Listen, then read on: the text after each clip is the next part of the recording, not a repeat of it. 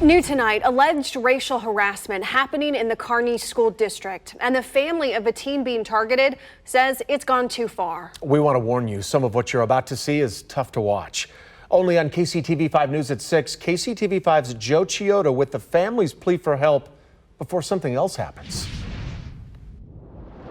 This all stems from a video that quickly spread through the school on Snapchat.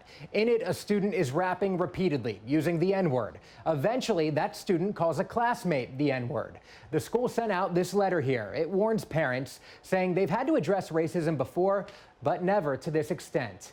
Now the family of that boy tells me this is just one of several incidents, and the school's been sitting silent for too long. I can't see my kids have to go through this. This is not right.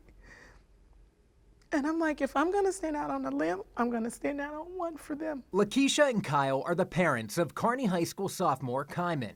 They say he's the student being racially harassed by a classmate in this Snapchat video. And I kind of felt bad for calling Kyman a nigger.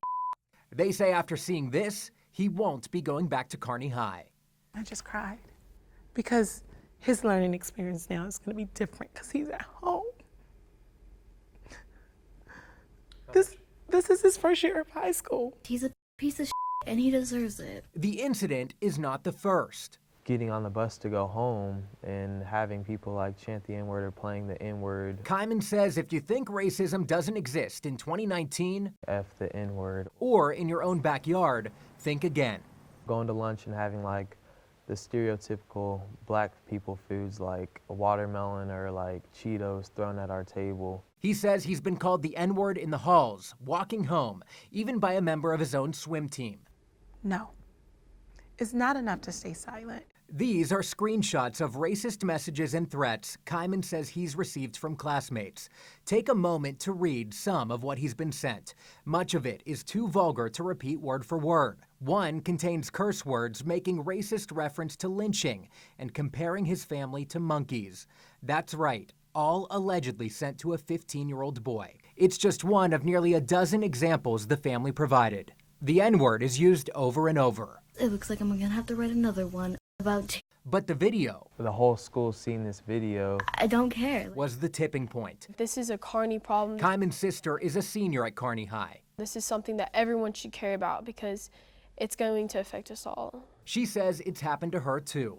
It started around my freshman year. I was walking up to receive an award for being class president, and some kids stood up with their Confederate shirts and yelled the N-word. It did catch us off guard. I have never been called the N-word. So this is different. Lakeisha says social media has racists hiding behind screens. The individual knew nothing's gonna happen. And the school has played a part in that. Lakeisha and Kyle's relationship has always been an example of acceptance to their children. Initially, in our early years of relationship, I'd say I don't see color, and not understanding how people can have so much hate. But when Kyman and Kyla entered high school, reality hit. Not everyone thinks the way their parents do. I know people at my job will question me. I know our church may question. The family says they simply want to educate. Not judge so quickly. Not wanting others to have to walk through Kearney High School and feel the way I do. I requested numbers from the Missouri Department of Elementary and Secondary Education. It turns out of the 261 teachers employed by the Kearney School District in 2018, 0 are black. Of the 3,458 students in the district, 34, or less than 1%, were black.